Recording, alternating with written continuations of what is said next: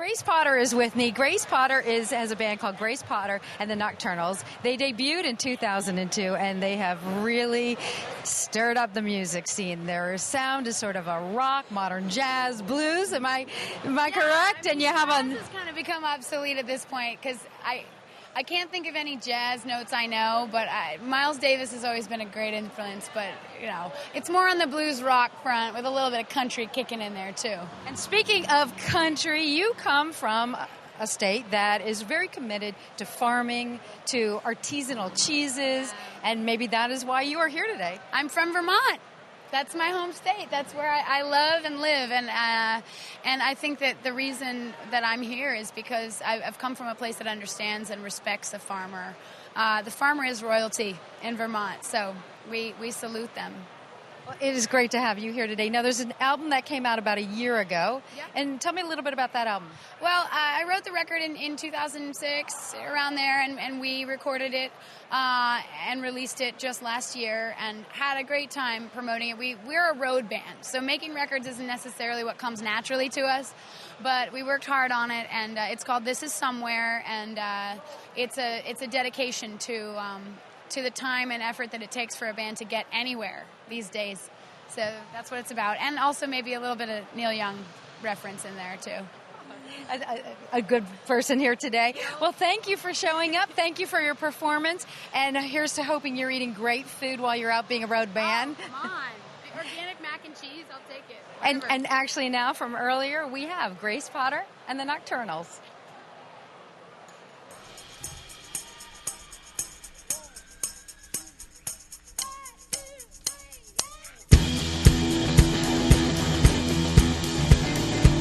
These are the Nocturnals right here.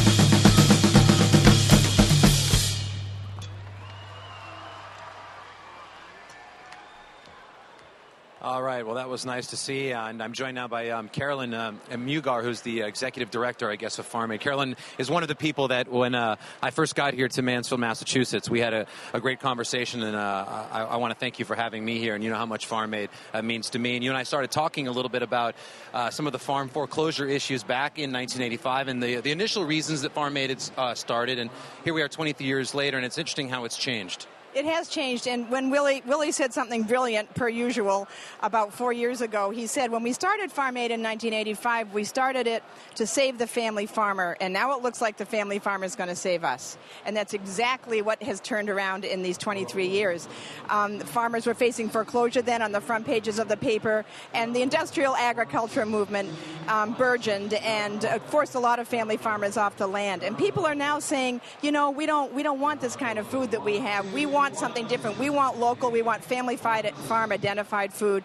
So really what's happening is that the consumer is saying, and eaters are saying, we want different food, and family farmers are there to produce it. So there's a tremendous opportunity for family farmers now to produce this food, and we are saying we want better food in our schools.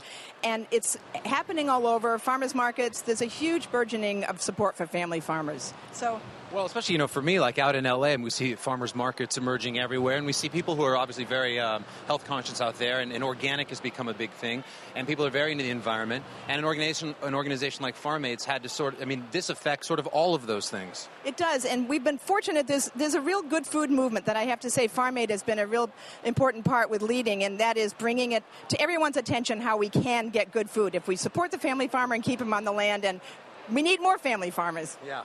It could be you and I right here in just a little bit. Thank you again for having me. Carolyn Mugar, everybody. You can visit farmaid.org and make a tax-deductible donation. Of course, that's going to go to this wonderful cause, and we'd be honored for you to do that. And Farm Aid has grown over the years, as we've just mentioned, but really nobody tells the story of Farm Aid better than the president himself. Here's Willie with more. Over the years, hundreds of generous and talented artists have donated their performances to Farm Aid. The Farm Aid mission has not changed. Farm Aid has worked to keep families on the land. Our work benefits everyone. Yeah, we don't need this. We fund a network of crisis hotlines that farmers can call when they are in urgent need. And when farmers lose their land, they lose their home as well.